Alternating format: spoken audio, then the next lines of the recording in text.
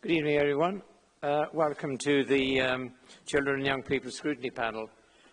My name is John Fahy. I'm chairing the meeting this evening. So welcome, everybody. And just a few housekeeping rules, if we can begin. During the meeting, all participants will be in control of their own microphones. Please ensure that you turn your microphone on when you are speaking. Remember to turn it off when you are finished. All reports published as part of the agenda will be considered as read by members of the panel. Published reports will therefore be summarised to allow the panel to focus on questions. Now, moving to the agenda, are there any apologies for absence? We have apologies for lateness from Councillor O'Byrne Mulligan. Are there any other apologies? I see none. Moving on to item 2, items of urgent business. There is none. Item 3, declarations of interest. Are there any declarations? I see none. Minutes of the meeting held on the 11th of September 2024. Can we agree those as an accurate record? Thank you so much. And I'm wondering if we could ask officers to comment on providing an update on the Children's Centre's consultation. Thank you, Councillor Fahy. So the consultation is going well. We're still in the process of analysing all the data, so we don't have all the information yet, but we are really pleased that the response between the 28th of August and the 11th of November, we consulted, and we so far have had unique 4,281 unique visitors to the Children's Centre consultation portal. 441 people have subscribed for additional updates and during that consultation, and 248 people have responded directly online. As part of that response, we've had suggestions for another 50 venues where we could deliver services from in the future. So that's a really interesting part of the consultation, getting that feedback of where communities would like services to be delivered in the future. There was a short pause due to a pre-election period, but we've resumed that now. So on top of the online survey, we've had some in-person sessions. 4 sessions were held at family hubs across the borough: Stalkway, Waterways, Quaggy and Brook Hill. And around 31 attendees, that's not including staff, attendees, public, attended those sessions. There's been a virtual consultation Zoom meeting for those who couldn't attend sessions, and around about 15 attendees attended those. And then we had some specific focus groups for people who, parents of children with special education needs, young mothers, ESOL families, and there was a total of that small group was 12. So in total, some of the in-person meetings have been not attended as well as we might like them to be, but they're still ongoing attendance. But actually the online survey has had a very good response. We continue to promote the consultation through social media posts, through Facebook, Instagram posts targeted at parents. We continue to post on WhatsApp, the Royal Borough of Greenwich WhatsApp channel. It's been included in Greenwich Info, on the Weekender, posted on Nextdoor, posted on our website, and directly through all the children's centres have had engagement with the people who use their services locally. Thank you so much. Are there any questions from members or comments? I see none. Pat. Can I just ask, have there been any sort of, from any parents, any negative responses, please? There's been some responses of concerns about, how they're going to get there, what's going to be the next steps, and I think we've reassured people that this is part of the consultation. The next phase will be the detail of everything that's going to be delivered and where it's going to be delivered. So, of course, like any service reduction, there are some comments that are more negative, but there's also some really helpful suggestions and some really good engagement and people feeling involved with the process. So those people who sort of have concerns, are you sort of engaging with them sort of on a more regular basis to try and reassure them? So at all the consultation meetings, staff from the children's centres have been there as well. So where there are concerns where they know the people, and on the whole it is people that they know, they're engaging with them continuously. Yeah. Nobody else, so then can we move on to the agenda item 5, which is corporate parenting activity. Thank you, Chair. So, for those of you who do not know me, my name is Önder Beter. I'm the Deputy Director of Children's Services. I'm here to talk about the corporate parenting responsibility of the Council and its partners and what arrangements we've got in place to fulfill our statutory duties. So, some of you will remember that we have made some changes to our corporate parenting board, as it were, in the past, to call it a partnership board, following a launch of our corporate parenting partnership strategy that happened in 2023-2024. So following that, we have done some reshaping of the board with partners who didn't used to sit at the board coming along, including some private and voluntary sector representatives, our integrated care board, as well as our providers coming and sitting with council officers. Also, the previous board was primarily set by officers of the council, especially children's services. So the new arrangements actually brought together representatives of all directorates of the council. So to emphasize that corporate parenting is responsibility of every single officer in the council. This has paid off in many ways. We have maximized opportunities for our children in care and those who have left our care and currently are supported as care leavers.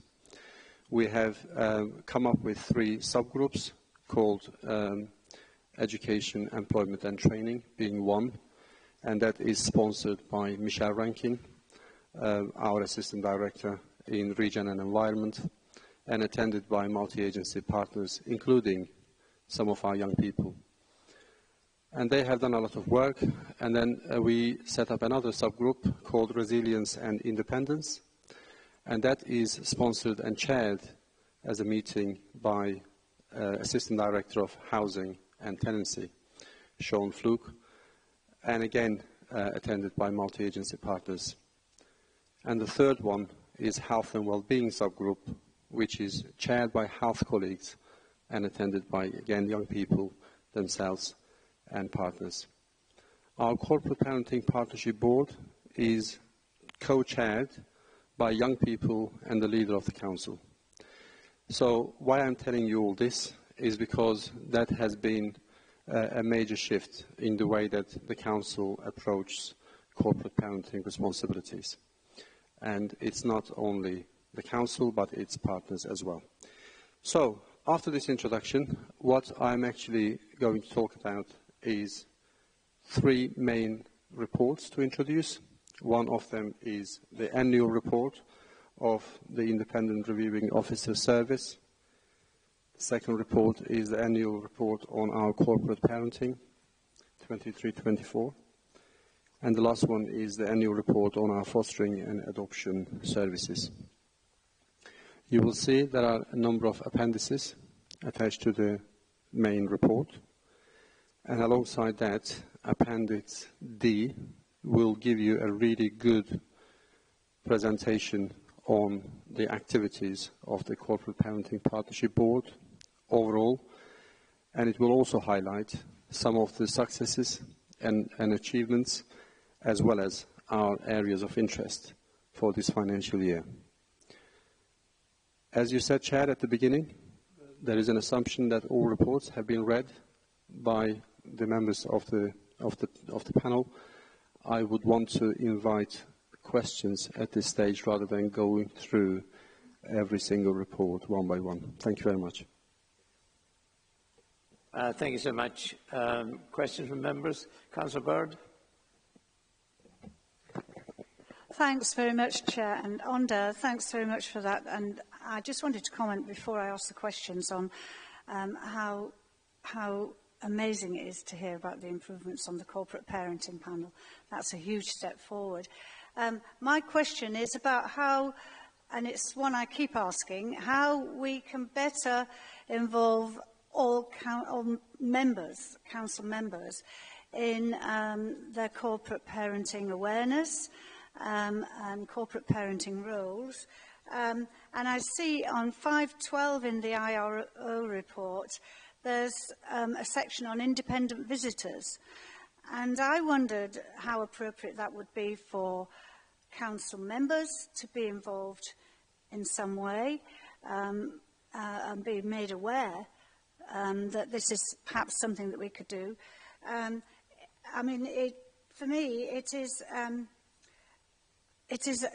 something that we need to be placing on the full council agenda, that it needs to be upfront, that we have 420 young people and children that are in our care, they're our responsibility, and we are their parents. And so any way that we can do that, and I was thinking that the independent visitors perhaps is a way forward. So thank you. Thank you very much, Councillor Bird. I think the councillors are the parents of these children, as you say, and care leavers as well. So it's really positive that we've got that appetite to do more for our children. We have it on the forward plan for the annual corporate parenting report to go to the full council. Every year we take it to the full council. Some of you will remember in these chambers we had Chloe and a couple of other young people coming and talking about their experience when they were introducing the previous report. So we will do the same or a similar thing this time round as well. In terms of the involvement of councillors, there are various ways that we could get that sorted. To me, the first thing is to make sure that all of our councillors are fully aware of their statutory duties. And I think training of corporate parenting is so important. So something that we need to do in this year. The independent visiting scheme is a specific scheme that is only for young people placed out of our reach, to some not out of reach but out of borough, where they will need somebody to befriend and to be supported by. It's a commissioning process, and it may not be an appropriate way of getting involved as councillors. But there will be other ways. We have a great mentoring scheme currently for our children in care and care leavers. And there might be some scope for that to be used or utilised as a forum where you could mentor a young person. And that would be great. We've got a program called Grand Mentors. This is basically bringing the more senior members of the society with a lived experience or life experience to mentor care leavers who are just about to start that transition into being young adults. It's about supporting them with their employment, with their social life, as well as, tackling isolation and loneliness for our care leavers. So that, for example, that could be a really good route to utilize. But I'm very happy to meet you or anybody who is interested to go through other channels. Chair, could I just come back on that and just to follow up that, yes, can we pursue this conversation, because I'm very happy to get involved in the mentoring scheme and pass it on to other councillors. Thanks very much. Councillor Greenwell. Thank you, Chair. Yes, I agree 100% with Councillor Bird, and I think that's a brilliant idea about mentoring the care leavers, and especially after, and I want to say a big thank you to all the staff who helped with the care leavers event. It was very, very humbling. You know, I could burst into tears sort of thinking about it.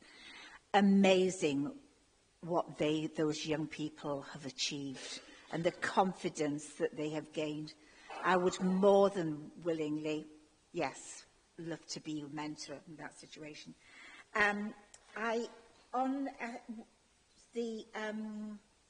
It's 5.2 on the work of the IROs.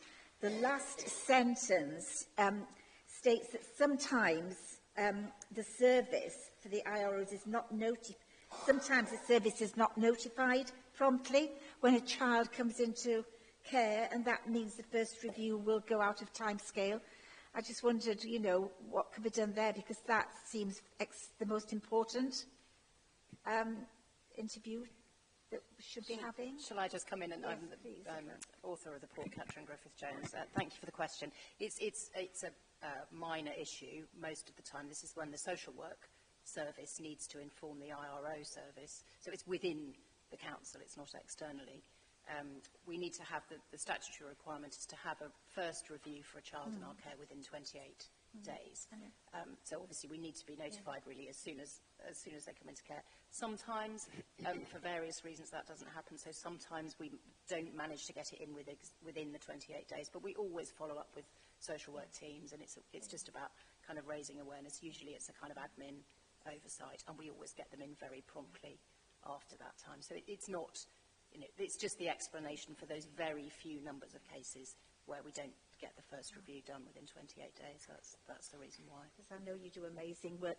Something that I've noticed, if I can just comment, which made me smile, and it's below the picture on the next page, page 32, and it's talking about carers who are giving children, but carers say that children love getting letters about the sort of the progress, and I think we can all learn a lot, because it's all, someone said, quote, it's also exciting getting mail directly addressed to me, because it's kind of rare nowadays. Yeah.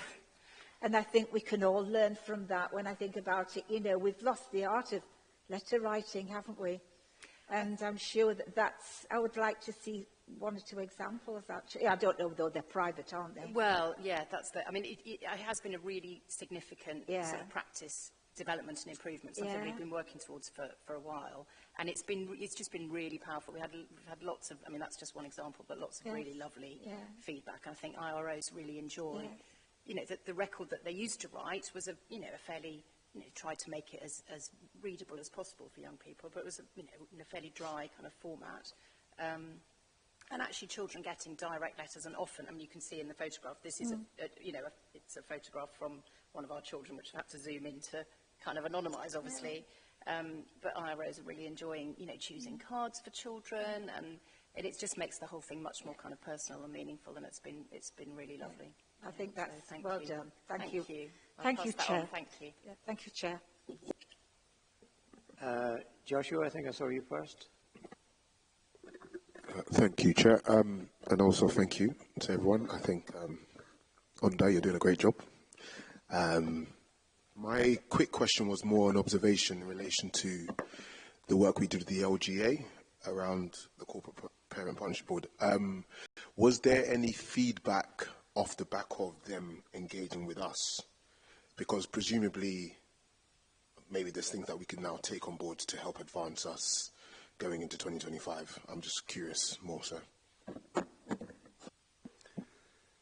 So, colleagues, that basically was a piece of work where LGA was looking for some best practice examples to be shared nationally, and they contacted us through the leader's office, and we shared information about the way we approach corporate parenting as the borough and with our partners.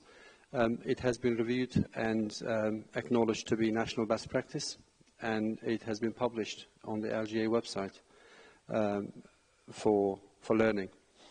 So from then on, we haven't received anything after that, but there has been a few places where we've met with different representatives of the LGAs, and it's good to see Greenwich being seen in that way. I think I would say in a very positive way as well, but we haven't had any follow-up from that.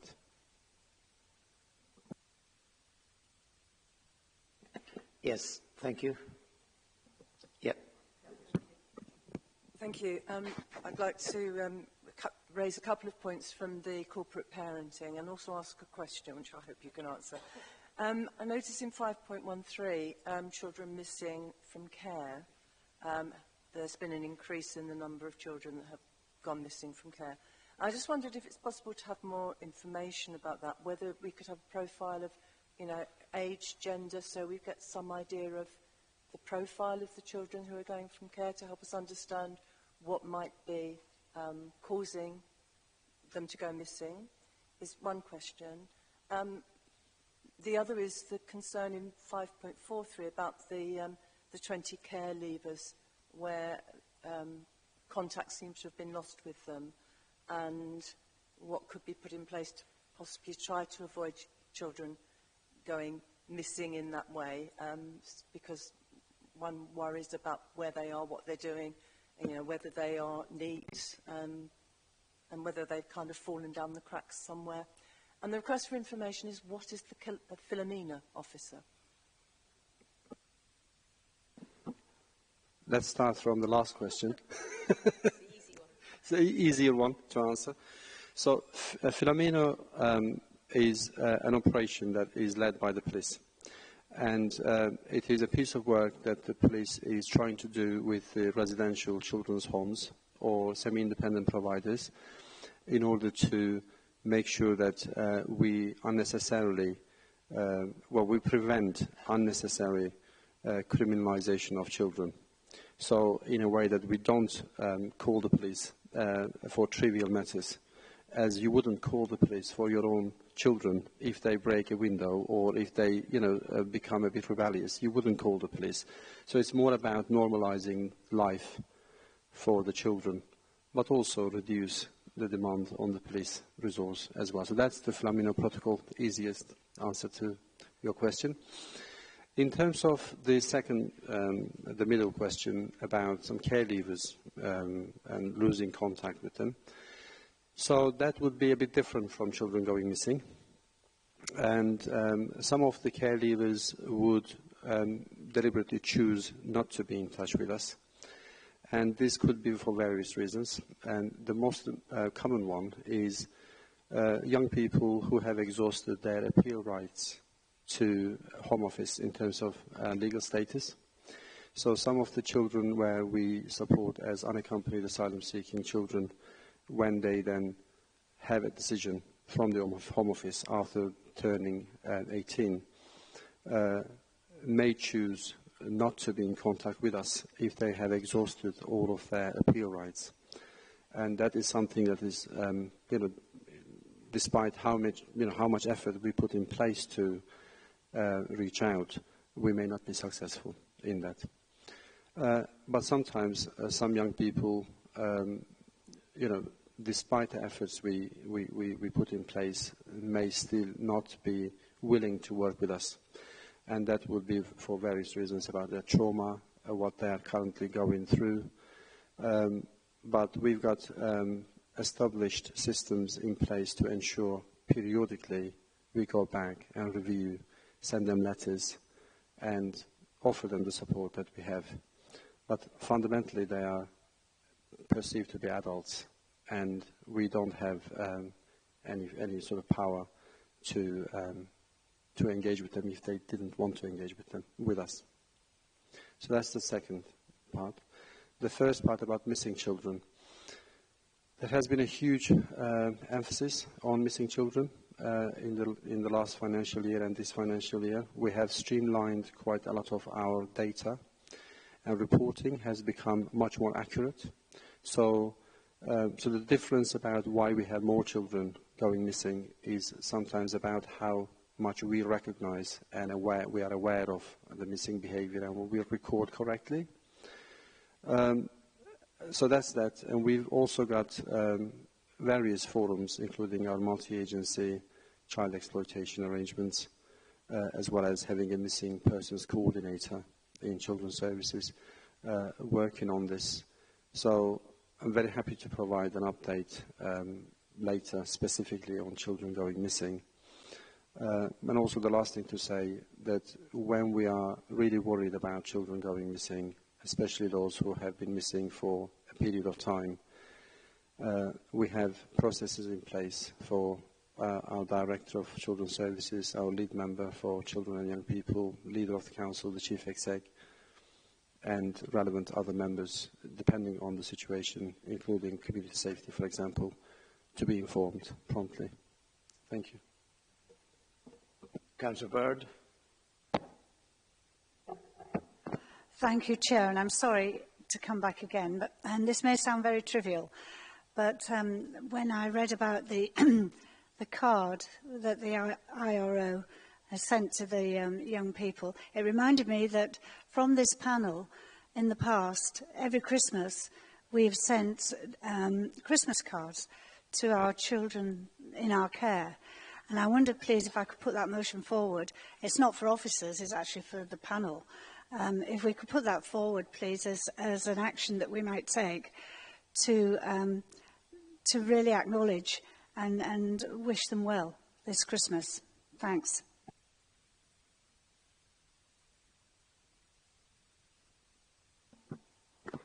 Thank you, Chair. It's a question about a priority for the coming year of a new children's home. The Broad Walk we visited in the past and enormously impressed with the good work which is done there. And also then there's the adolescent centre which is open, and that's also been commended. But there's, we have spoken in the past also if as far as possible we could keep things within Greenwich for children, make sure there are children and they're living in the borough still. And is it possible to give an update of where and how we're getting on with the possibility of a new children's home? Thank you for the question. Yes, you are absolutely right. So we have a plan to open a third children's home, potentially a fourth one in 25-26. And we're working together with our colleagues in housing as well as in region and environment to pursue that. So we hope that we could achieve this in this financial year. It's a 6-bedded unit that we are hoping to open as the first this year. Pauline, you had a question? Did you have a question, Pauline? Looking at paragraph 5.13, there's a view around the room, I think, about the concerns we have about any child going missing. The report doesn't give much indication as to why, how long, where, and reasons. And it seems to me to be a bit of a worry, coming back to Councillor Bird's point, as corporate parents, we ought to be aware as to what's going on in that regard. And the second point I have is, I had some anxiety about paragraph 5.19 regarding court proceedings, which obviously, not unusually and no surprise, take forever. So is that an anxiety that we should have? And the final point I wanted to make is, obviously Scrutiny has a responsibility in terms of being aware of what's going on and scrutinising that. So am I correct in understanding that the reporting mechanisms from Children's Services are to the board where it rests? And I just think there needs to be some transparency about that information being circulated to Scrutiny on a regular basis. so that we can keep track on the concerns that we might have in the short and long term. Okay, I'll answer that one first of all.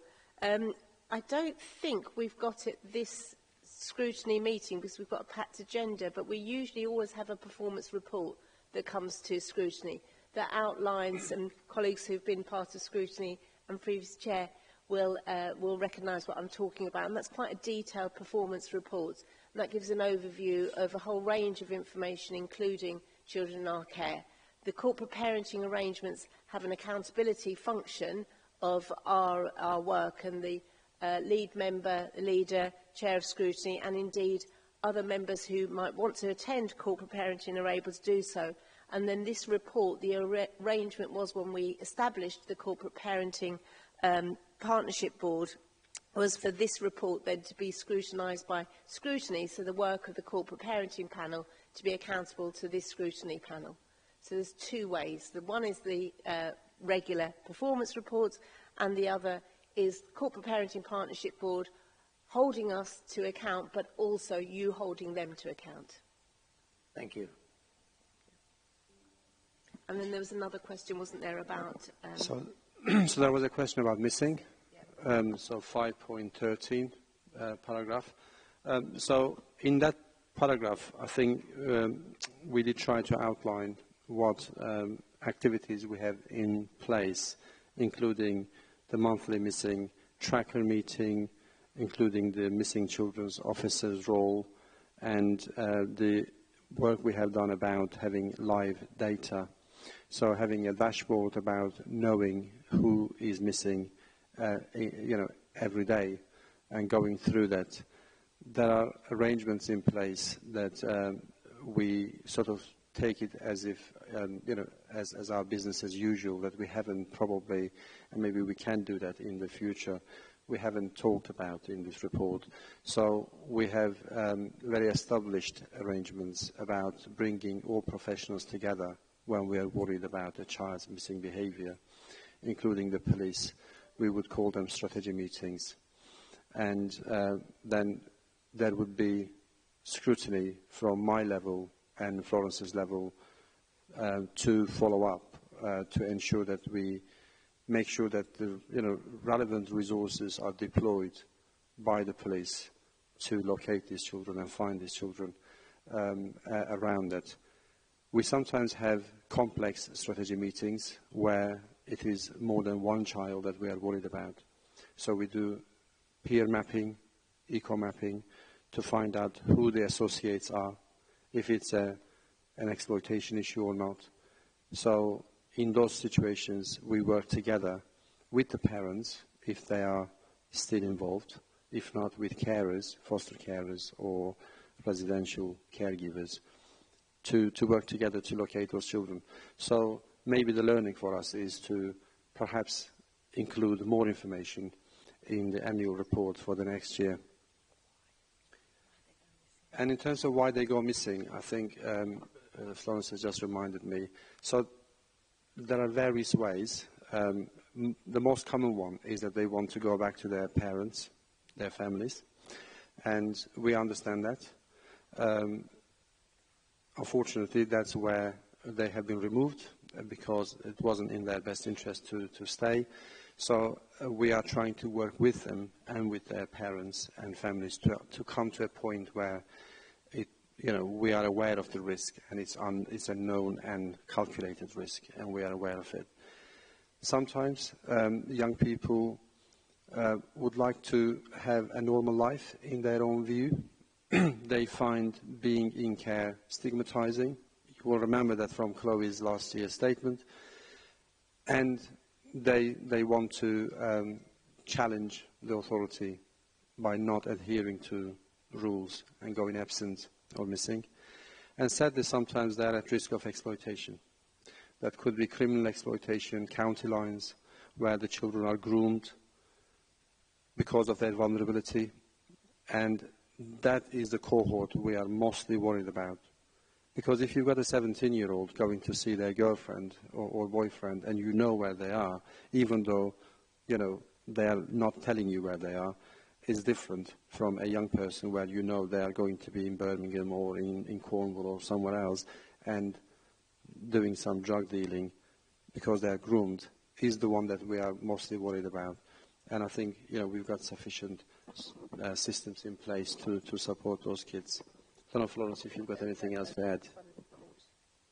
And the care proceedings one is a national issue, and I don't say this to hide behind this, to say it's a national issue when it comes to timescales for care proceedings. There has been numerous public law outline reviews and by the family courts, by the judiciary, trying to resolve this. The latest initiative is that we are involved in a Trailblazers project with 10 different local authorities coming together trying to find ways to reduce the timings of proceedings. We have appointed a court progression manager. This was not the case before. So now this person is permanent to work closely with social workers and social work teams to make sure that we ensure that more timely assessments, for example, are undertaken.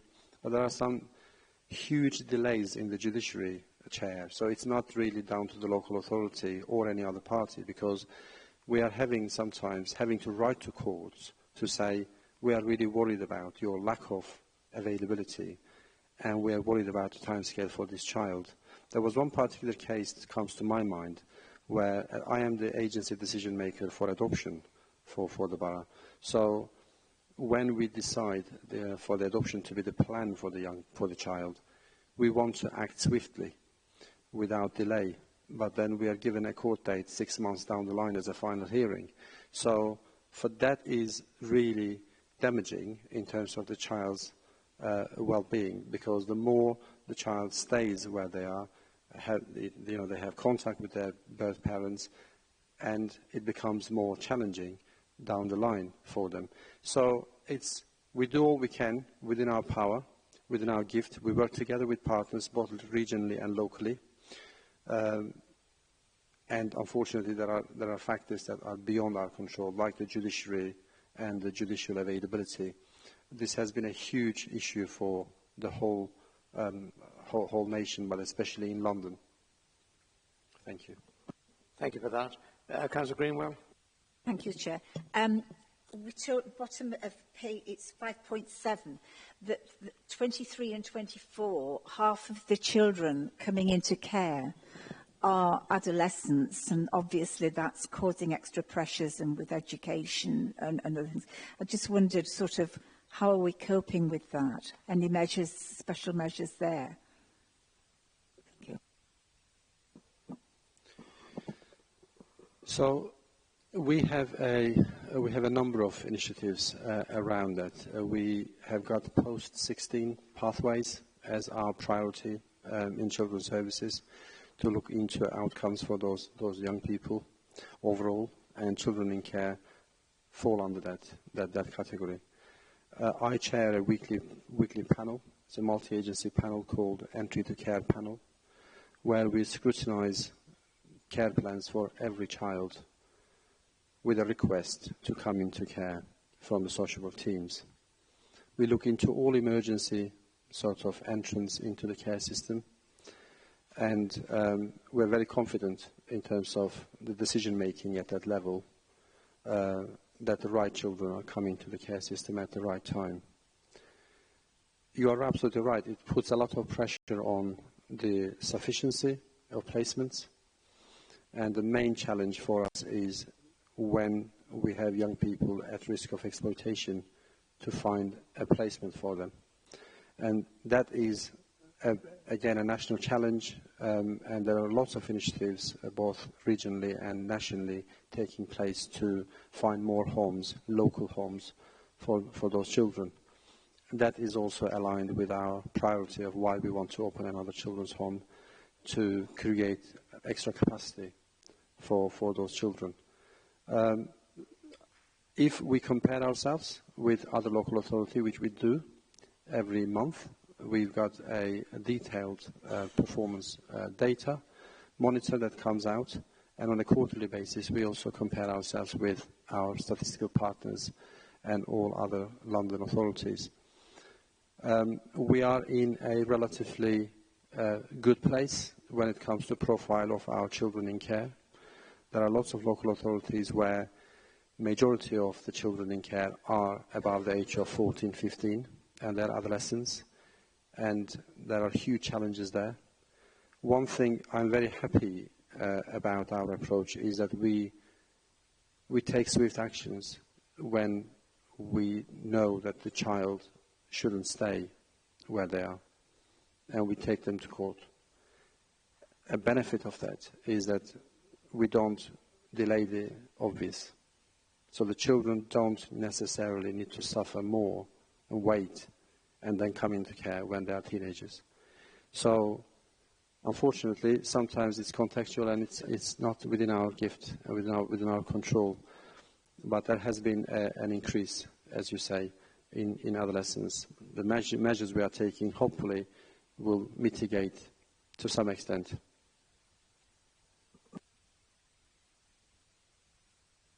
Before we move on, are there any other questions on the report? That doesn't mean that we're not interested in the excellent report on fostering, which is always a good read, and appreciate the contribution being made by foster carers who make an enormous contribution to the lives of young people in Greenwich. So we should be very grateful and acknowledge that as we're discussing this report. I see another question then, so can we agree the recommendations set out on page 1, 1, 1, 2 and 1, 3? Don't think there's any recommendations we're making to the Executive. Agreed? Is that agreed? Thanks very much. Thank you. And then we move on to item 6.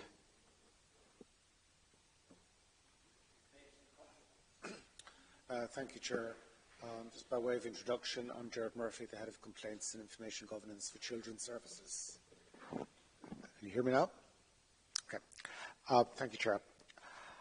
The annual report is for 2023-24 is in line with our statutory duty to report on Children Act complaints.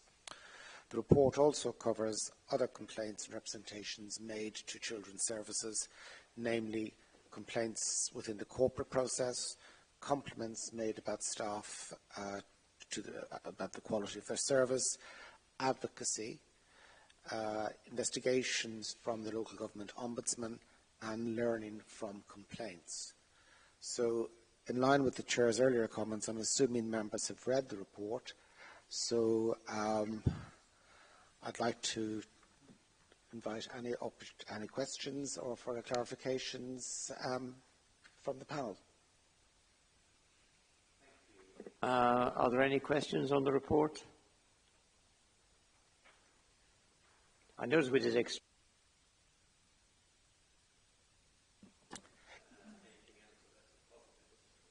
Yes, Chair, and they have increased this year from the previous year, so they are welcome. Any comments on the report? I see none, so can we... Sorry, Councillor Byrne, I beg your pardon. Sorry, I'm always happy to make a comment, Chair, and it was just to say thank you for the report, really, because I think our social workers and the work that goes on there, it's important that we hear these things.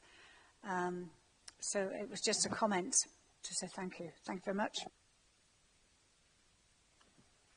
So can we note the report? Thank you so much. And move on to item 7.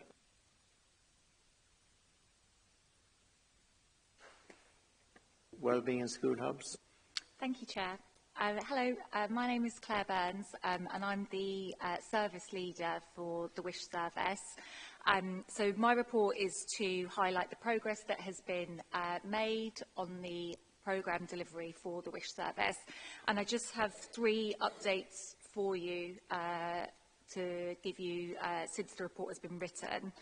So the first is on 4.2. to let the panel know that the service, all posts have now been filled for the service following 2 external recruitment campaigns. And all but 2 of the members of staff will be starting next Monday in RBG.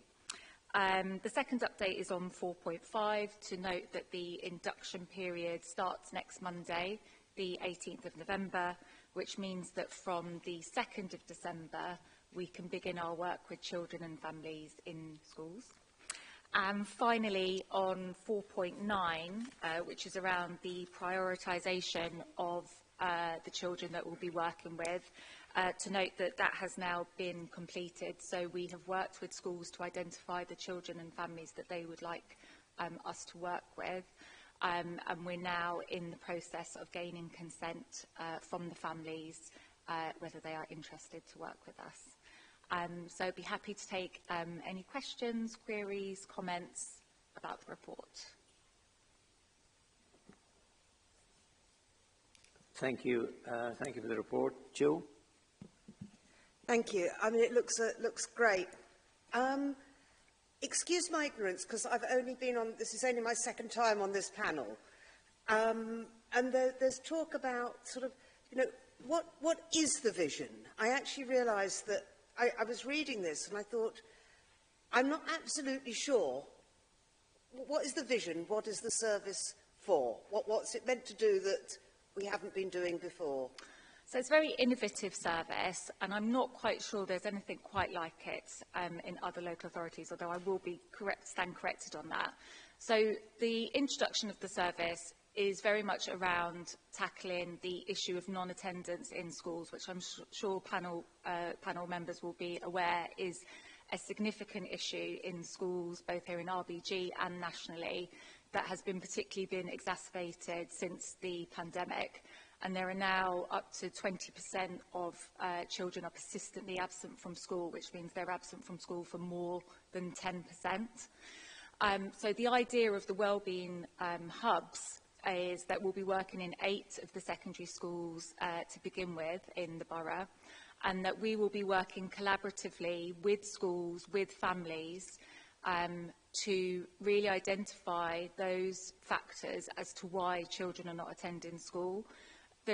It's widely known that it's not just that children can't be bothered to get up in the morning. There are significant issues at play, whether that is perhaps undiagnosed special educational needs, undiagnosed emotional, mental health concerns. That's another big part of the service, is around developing children's emotional well-being, both for themselves and for their families, because that is a huge part as to why children are not attending school. And the idea is that we will work very intensively with a child and family for up to 12 months. And in my conversations with school leaders that I've been having over the last 3 months or so, there is significant need for this kind of work. Schools simply do not have the capacity to go and knock on doors and bring children to school in the morning.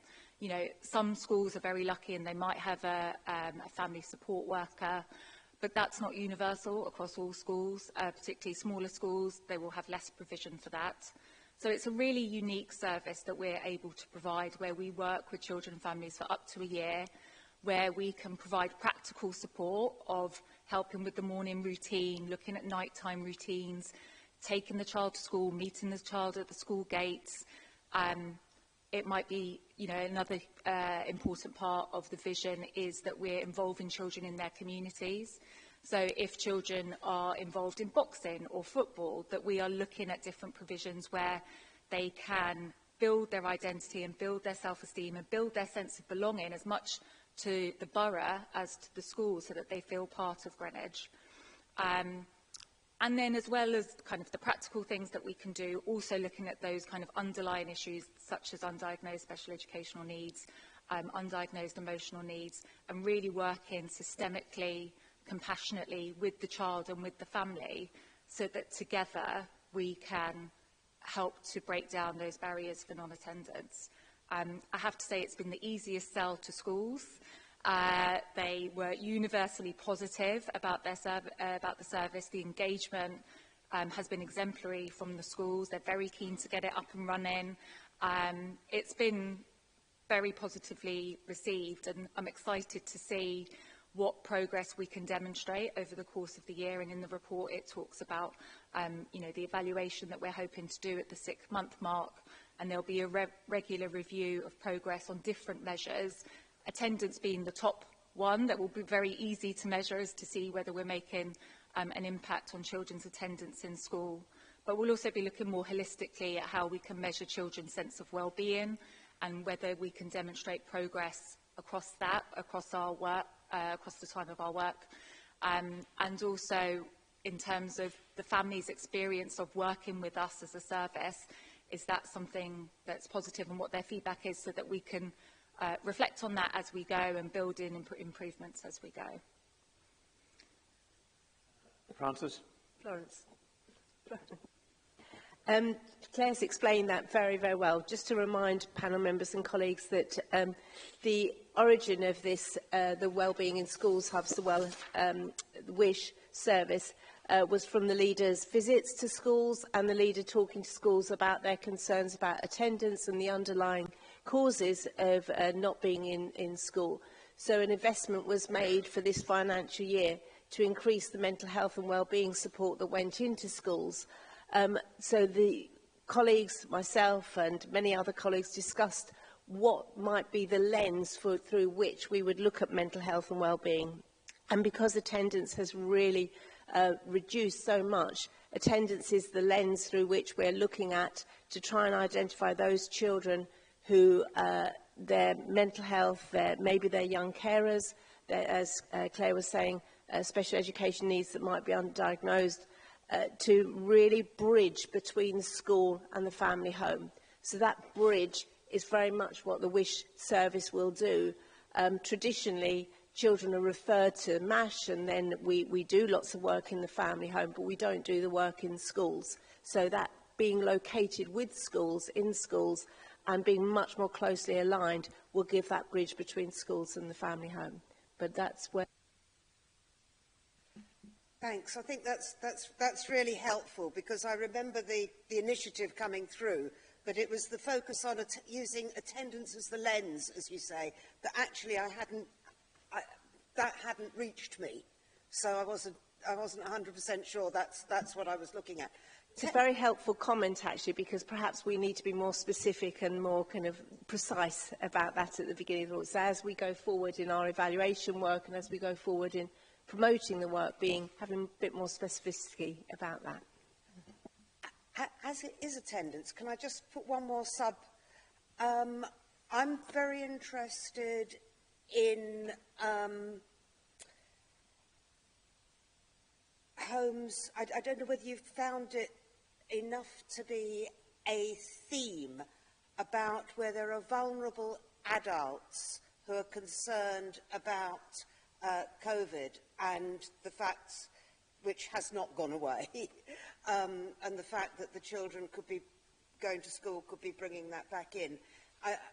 I mean, I've heard anecdotally one or two of these cases, and I'm just wondering whether it's something that's big enough to be a theme, or whether it's very rare. I think once we have consent from families and begin our work, I think we will start to uncover what the different themes are. Anecdotally from schools, I haven't heard that is a significant theme, but there may be one or two where that's the case. But as time goes on, we will definitely be able to bring you data of the underlying themes that are emerging for the cohort that we're working with. Can you, in terms of the number of absentee children from schools, how do we compare to other boroughs? It's in the performance reports. I can't remember off the top of my head.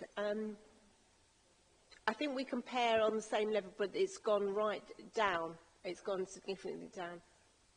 And the other point I had is... Jane? It's comparable with other boroughs. Our attendance has gone down, but other boroughs have as well. Yeah. So presumably that's a good thing? No, it's a bad thing, but it's national. It's not a Greenwich issue. It's a national concern. And my second point is, why these schools? So the model is the funding allows us to have 8 hubs. We have actually got funding for another hub, so the leader and lead member have pushed for us to have 9 hubs. So we are in the process of a 9th hub. The model is that those 9 schools with the highest level of attendance and those schools who wanted to be part of it, because you do have to want to engage with this, they will be the primary sort of schools that we're located in, but there'll be a sort of shadow school that if they want to make a referral into the service, we're able to, and also primary schools. But at the beginning, we can't do everything all in one go, so this is a start. What we're hoping is that through the modelling and through the evaluation, if it's effective, that schools might want to buy into this model more in the future. At the moment, schools commission a range of provision from voluntary sector sometimes, but also agency staff that come in and do work in the schools. And maybe there's a better model of that than using agency staff, using other staff. So we'll have to wait and see, but the funding allowed us to do 8 now, 9. It would be daft to try and spread it so thinly that it's not effective. Thank you. Councillor Greenwell. Yeah. Sorry. They are located at, Councillor Carey's just reminded me, they are located strategically to cover the whole borough. So we did a combination of location, attendance and willingness to be involved. So there's a whole triangulation of information. Thank you. Councillor Greenwell.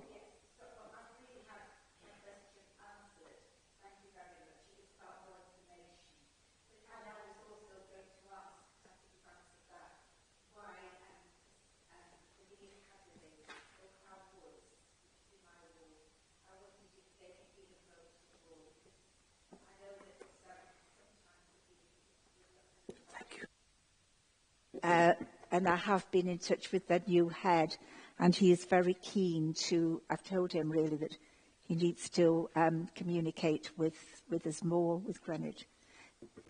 So initially there was a presentation at a head teachers meeting in May, when it was presented to all head teachers that the WISH service was going to be starting, and that if they were interested to get in touch. So I think from that point, 4 of the secondary schools got in touch from there, and then as Florence said, it was then a process of us looking at the attendance figures for different schools and us approaching other schools.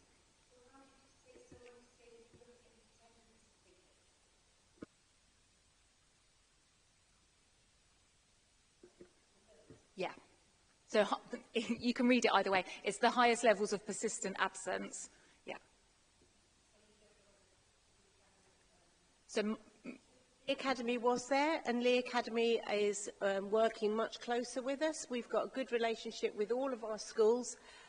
This is one part of our overarching school strategy of creating a new strategic Greenwich Learning Partnership that we're in the process of undertaking. The other components of the school strategy are the SEND provision and ensuring sort of resilience for all of our schools. We're in the process of kind of working through a strategy that lead member will bring to you all, but certainly a new strategic partnership that involves all of our schools and that all of our schools feel very much a part of is part of the work we've been doing for the last couple of years. And you know, multi-academy trusts are their own organisation, but they are also connected to us as well. So we've got a good relationship with them. Because I think they've had quite a few different heads, but I know that the new head is keen. Sorry, is that a question? Callum. Thank you, Chair, and my apologies for being late in joining the meeting today.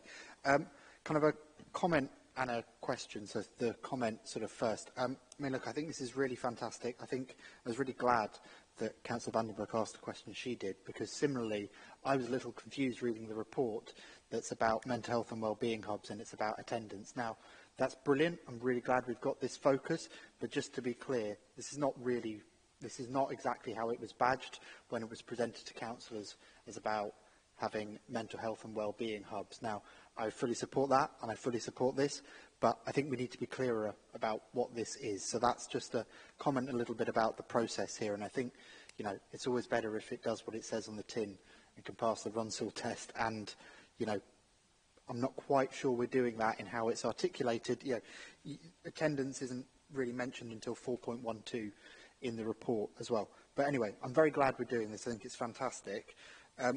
My questions are just kind of in two chunks. So first of all, is there any kind of self-referral, i.e. if people are concerned or parents are concerned, are they able to actively feed into the schools to say, I think we'd like a little bit of help with our children? And is there any flex then built within the model if there's more demand from some of the hubs and schools identified than there is at others? Or are we sort of sticking very much to, you know, the 12 families for each school? I've got some follow-on ones, but we'll go on those first. Let me start sort of.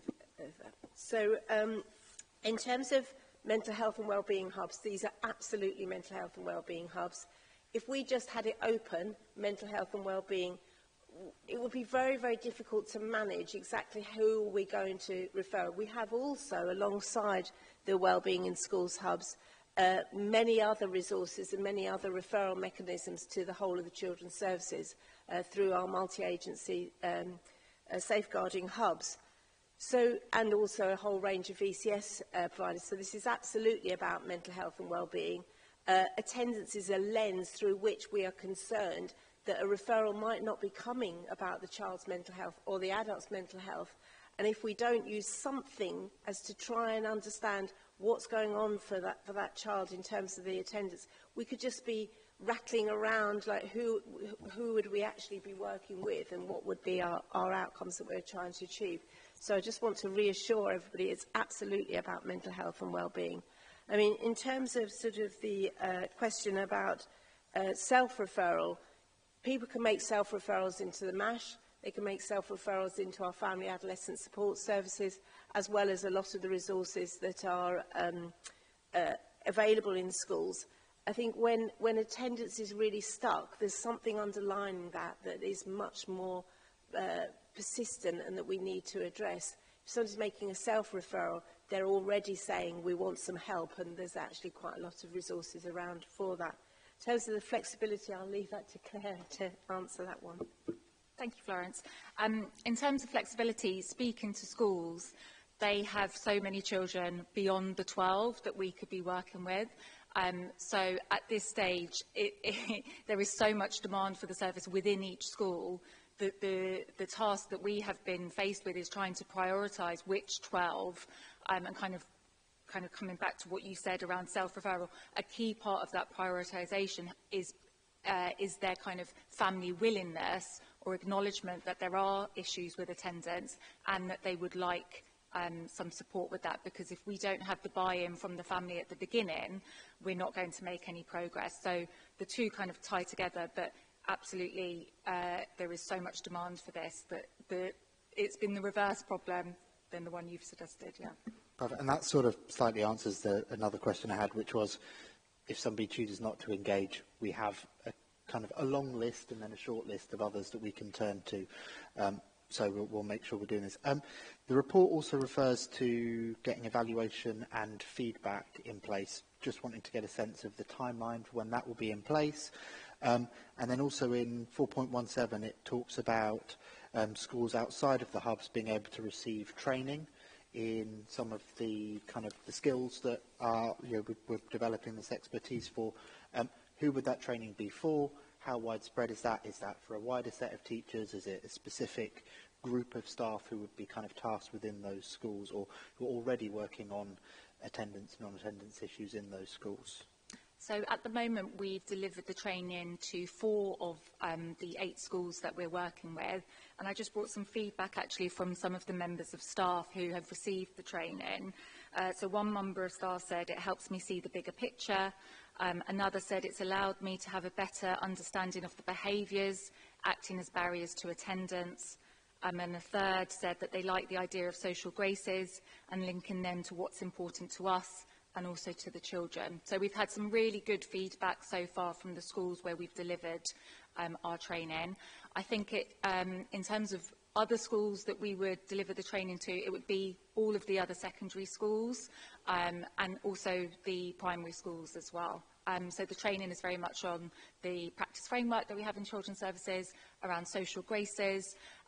There's a specific bit which teachers have responded very well to, which is about being in your threat zone and how often in school we can be acting on our threat zone, and that impacts us and our interactions with the children.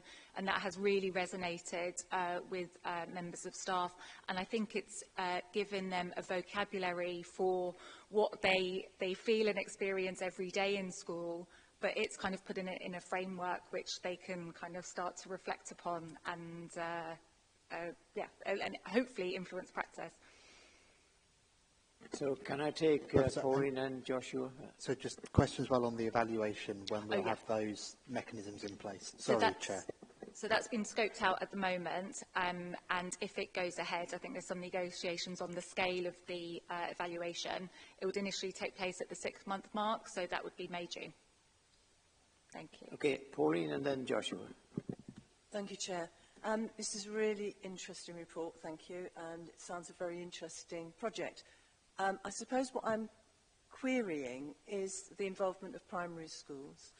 And I'm just wondering, you're talking about a 9th school being involved, and I just wonder, I'm sure that some of our primary schools that are also struggling at the moment would have identified pupils that they feel are in perhaps year 5, 6 at the moment and are going to struggle when they get to secondary school, and whether in fact there's some scope for getting some preventative work going in already with those pupils so that when they transfer to secondary school, their attendance pattern is already improved, so that we don't then end up with pupils who are going to go through persistent absence over a period of time before they may get involved, because we've already got pupils who have missed time in education through the COVID pandemic, and that sparked a lot of the problems that we're seeing now. So I'd like to see it being a bit more preventative, as well as being kind of, you know, supporting getting children back into education. Well, and then you can answer the two together. Yeah, thank you for that, Chair, and also probably lend my voice to that question, which is a great one. My quick ones are to do one with, again, I welcome this. This is fantastic. I perhaps want to learn quickly the practitioner posts. Those are still being, presumably they've not been fully filled yet. And, oh, they fully have now. Okay, so it's been will be updated in the report, because it says here they hadn't been, so. Yes, sorry, I introduced that to say that all the posts are now fully filled. Cool. And the second then question is, just so I can visualize this a little bit, does this work involve, so they would be going to the homes of these children, taking them to school, and then at the end of the days they would follow them home? Would that be what a normal day would look like? Yeah. It depends on what each child and family needs. So each child and family will be very different. It might be for a period of time, that in the early days that's something that a child and family might benefit from. But we're also mindful of not creating a culture of dependency. So that might really benefit a child if they're feeling particularly anxious, if they've been out of school for a long time and they're feeling really anxious about going back into school. It might be for the first week that's something that we can facilitate.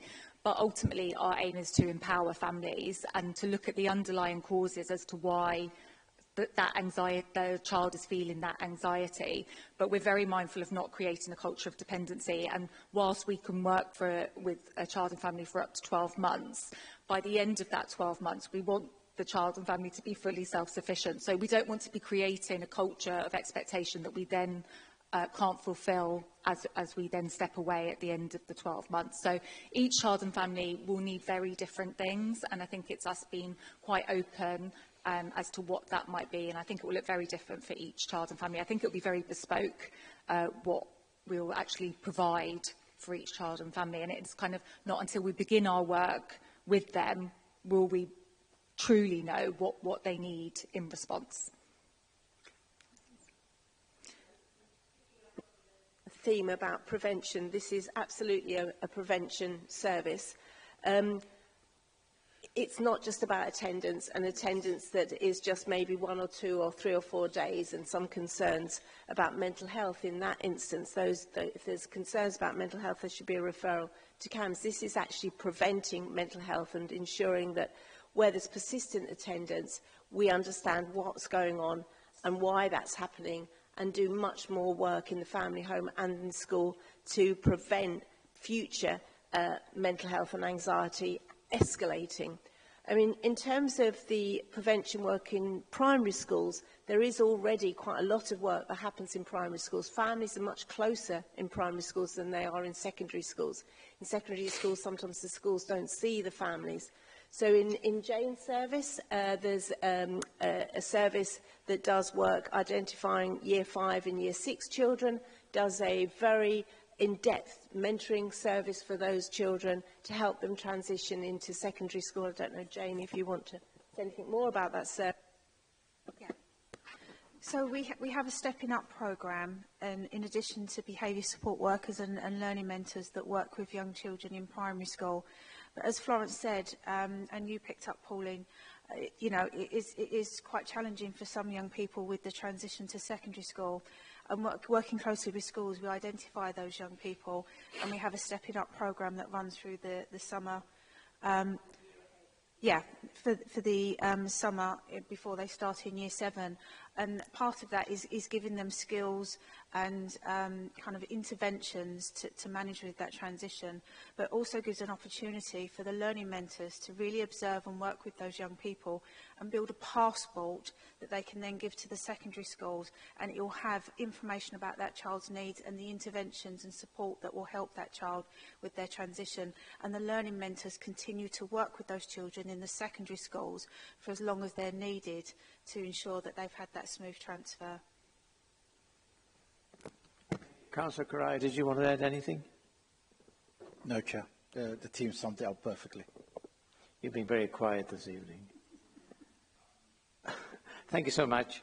I see no other questions, so sorry.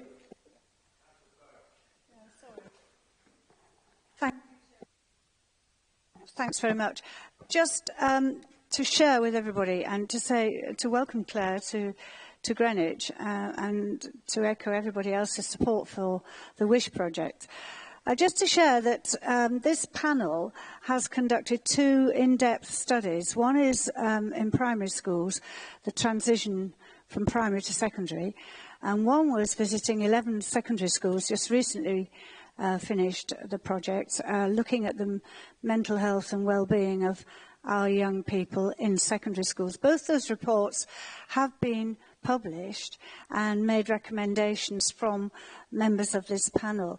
And I'm very pleased to see that the WISH project is taking off. And hopefully, maybe those recommendations, we could have an update on the progress against the work of the panel. So how that has impacted and how that is helpful, really, to help us with future work that we're going to do in Scrutiny. Thanks. Thanks very much, and thank you very much for all that you're doing in respect of this report. Very much hope that this will be widely published and commented on. It's a very important piece of work, and I think it needs to be shared widely. Thank you. Item 8, schools admission. Thank you, Chair. 24. Yeah. My name is Ayodeji Olaniyi, and I'm the Head of Admissions. Welcome. Place Planning and Capital Projects here. Thank you. I'm going on the assumption that we have all read the report, so I would not be presenting the report, but just to highlight a few points. First of all, just to say that there was an appendix that was shared with the report, just for the purpose of the minutes. That appendix was meant for another report, but not meant for this, but which would be a subject of future meetings, just for the purpose of the meeting. Did you need it withdrawn? Yes, please. We need that to be withdrawn. Yeah. The Appendix A that was shared with this report, was an error. Yeah. Okay. Yeah. Okay, so the report is about school admissions and how the local authority has met its statutory obligations in relation to school admissions. Although it's very linked to school place planning, as I said earlier, the report on school place planning will be a subject of future meetings, and we continue to fulfill the statutory obligations for making sure that parents and residents generally have adequate and sufficient school places in the borough. I would just stop there. Should you have any questions, we are happy to answer any questions that you have on the report. Any questions? Monsignor? Thank you, Chair. A couple of comments. It's, I think, quite disturbing to see how we've now got almost 20% of surplus places in primary. It's the question then is, I think perhaps the Director may want to respond to this, but it's just the financing of schools with surplus places, how maintaining the buildings, making sure that the things are kept up, and perhaps we're not just allowing things to drift because there's no children there. The second point is rather different. It's encouraging to see how the other way round, we've got no spaces in secondary, and it's a possibility that we've certainly worked hard to get improvements in some of the secondary schools. Children are not going out of borough as much as they are. They've seen how good some of our Greenwich secondary schools are, and it's good to see that this is filled up. Is that really something I've just imagined, or is that something which is really happening? Okay, on your first point, there's a lot of very detailed work that Jane and her team do with primary schools to look at the whole picture, to reduce the pupil admission numbers per year, to try and ensure that we maximise the numbers of children across each of the schools. There has been a school, as you know, that's closed, Holy Family School, and we are in the process of considering and thinking about whether we do need to close another school. That's discussion with the leader and lead member, and if we do, a consultation will come out to you all to consider whether that's needed to ensure the resilience of all of our schools in the borough. The pressure is on special education needs and disability schools, so we might have to think about repurposing schools. So that is certainly work that we're undertaking. In terms of the secondary schools, you're absolutely right. There's been a lot of work in improving our secondary schools and moving from inadequate judgment that we had some years ago on one of our schools, and schools not being a school of choice, to now very much being much more a school of choice. And it has moved, and Jane will have the detail of the figures, from an exporter of children going into other boroughs, from other boroughs wanting to come to our schools. But we have to be very careful that we don't try and expand our secondary schools, because we know we've got a falling role in primary schools that will then move into secondary schools. So it's not a case of just expanding our secondary provision. It's a case of constantly being able to analyse that and monitor and ensure that we've got our sufficiency duties are met, both in terms of the number of places, that we've got enough places, but both in terms of keeping and ensuring that all schools have an equality. Jane? Thank you. I just wanted to add something around the question asked about maintaining school properties. I mean, obviously we've got a statutory duty to ensure that our schools are well maintained with regards to compliance and buildings.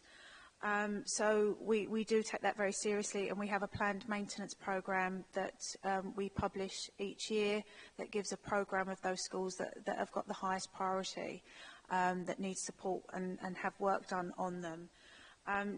With regards to the falling roles, we're proactive in having discussions with schools to see if we could use that spare capacity for other means, whether it's mixed use of a particular site, whether it's a community or voluntary organisation that could use some of that space, or, like Florence said, because of our huge demand for SEND, whether we can put some specialist provision in that site. So we are doing our utmost to maintain those buildings and make the best use of those buildings when we've got spare capacity. And just to add on the question of the falling role in primary, it's just not unique to Greenwich. Just to say that it's a national issue, especially due to the falling birth rates in recent years. Yeah. Thank you. Callum, did you have a question? Yes, sorry, thank you very much, Chair. So one question sort of already been covered there. The report mentions the adjudicator's ruling about our policy or about our provisions about children, about summer-born children not fully meeting the requirements. Looking through the adjudicator's report and subsequent stuff from us, I was getting a little bit lost. Would you be able to just put in kind of simpler terms what the issue was and what we've done to respond to it? Thank you. Yeah, there was an objection from a parent who was not very clear about the details of how parents can make a request if they want to educate their child outside of their normal age group. Whilst our admission arrangement covered it in the primary part of the arrangement, the adjudicator thought that we needed to provide more details to make that clearer in terms of how parents will be able to make that request. So on that basis, they found that we needed to do a little bit more, which we have then agreed to, which we have updated in our arrangement accordingly. Yeah. Okay, Britt, so it's less a change of the actual underlying policy than it is about how we communicate that, and the policy, particularly for, is, as sort of is stated in the report, about the first term after which child turns 5, etc., correct?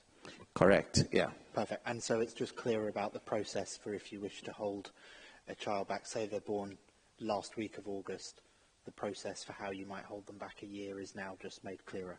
Okay, that's really helpful. One other thing as well, the report highlights a secondary level that, you know, Thomas Tallis, for example, always anticipates that will be massive sort of over-demand for places. How do we support schools in planning for that, and how do we ourselves make sure that we're in a solid position and a firm position to deal with that, given the likely number of appeals, i.e., do we do some workforce planning to make sure people have sufficient time to manage those appeals, and what support are we perhaps looking to put in place for schools to potentially expand capacity where they are in high demand? Thank you. As Florence said earlier, we're not planning to expand secondary provisions because we know that the numbers in primary will soon feed through to the secondary. So in terms of how we support schools in managing appeals and all that, we, as a local authority, we manage appeals for only 3 secondary schools that are community schools, and Thomas Tallis is one of them. You know, but interestingly, this year we have had less number of appeals for secondary, especially for Thomas Tallis, and none was actually upheld for Thomas Tallis, unlike in previous years. It suggests that, you know, the work that we are doing with parents, communicating more in terms of the prospect of their appeals going through, is now getting through. And yeah, so because now we have published on our website details of how parents can also apply for, you know, things like medical and social criterion, and being very clear in terms of the criteria that they may need to fulfill in order for it to be successful. So I think it's about messaging that is now becoming clearer, and hence we are seeing a reduced number of appeals coming through for our secondary schools. Yeah. Sorry, Joe, did you have a question? I did have a question, but I'm not convinced of its. Let's try it. It's about. I mean, obviously we know about falling birth rates and everything, and I know that there's a lot of technical data goes into this, and I believe it's on a 5-year rolling basis that you do the projections. And I assume that you're working hand in hand with planning, because there are so many places where the population of this borough is expected to rise considerably. And I suppose, I'm just saying, I assume that gives some very particular challenges, I guess, thinking, well, at the moment this is going down, but it won't be that long before it goes up again. So I'm hearing sort of repurposing some space and, you know, bearing in mind that this might yet change within the foreseeable future. Yeah.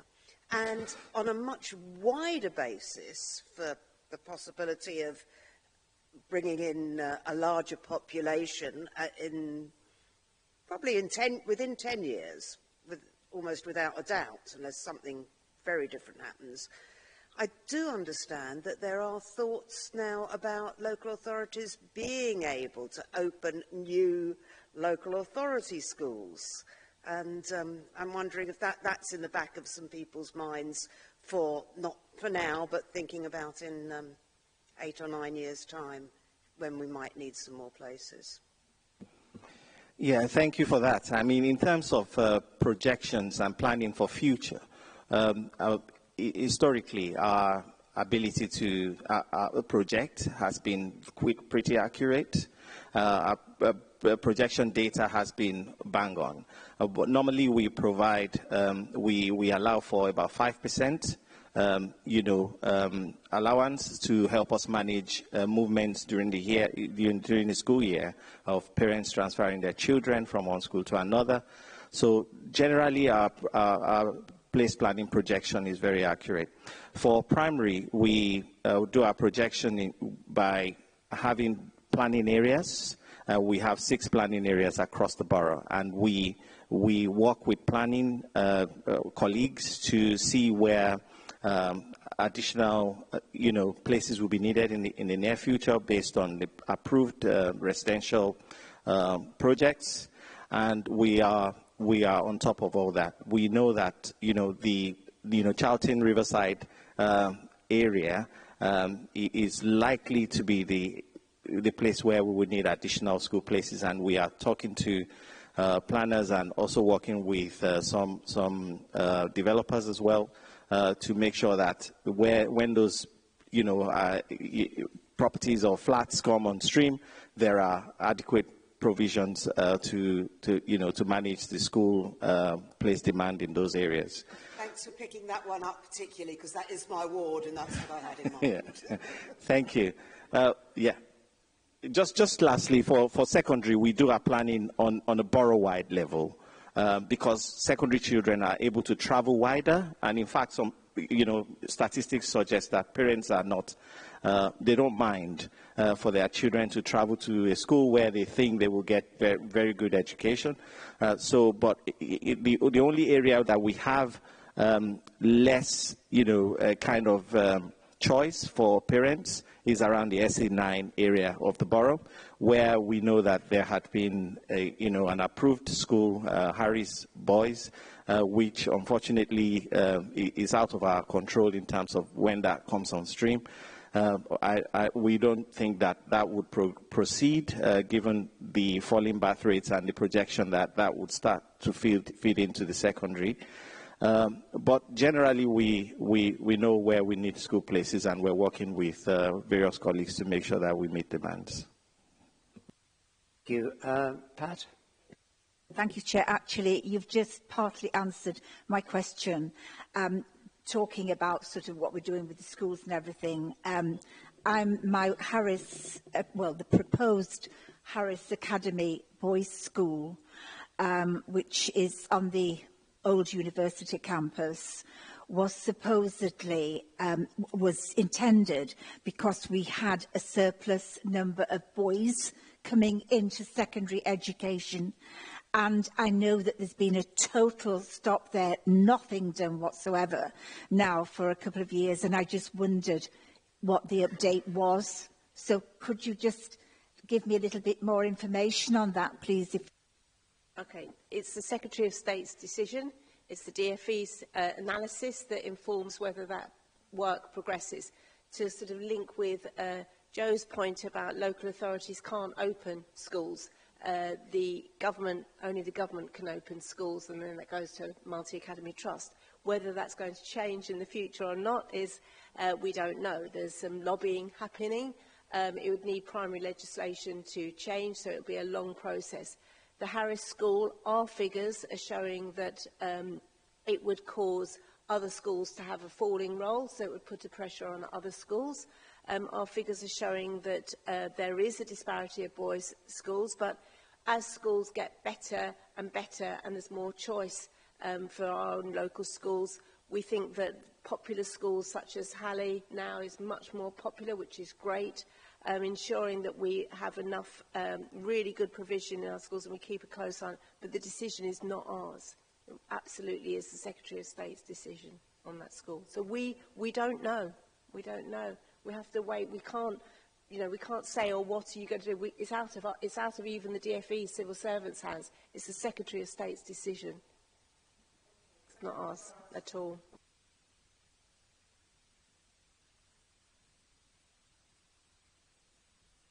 Very keen to have the last word this evening. I'm sorry, I know. Last word. I'm sorry about that. Yeah, I'm really sorry to revisit the falling roles situation. But just could I request, please, Chair, that we have a very clear timeline and very clear objectives about how we're proceeding with informing schools, with keeping them on board. I'm aware, and you know what my past job was, and I closed the school as a one-form entry and went back 4 weeks later, and they're queuing out the door to come in. And it's a question of head teachers actually struggling at the moment to do their 6-year, 5-year plan and not knowing and hearing rumours. So I want really for us on this panel to have a revisit of this information, if possible, so that we have an update on where we're going and how far this is impacting and where it's impacting our primary schools. Thank you. Thank you, Chair. Thanks so much. Thank you. Can I just answer that question that Linda posed?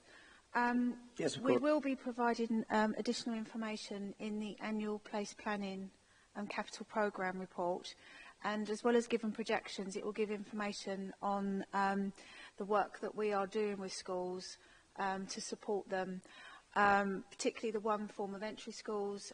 They're really struggling with their numbers and budgets, so we've had discussions with those particularly, but the place planning report will provide information on those schools that will be reducing their published admission number from 25 but also in 26, and that will bring our surplus down quite considerably in the primary sector. Yeah, hopefully in January, yeah. Yeah.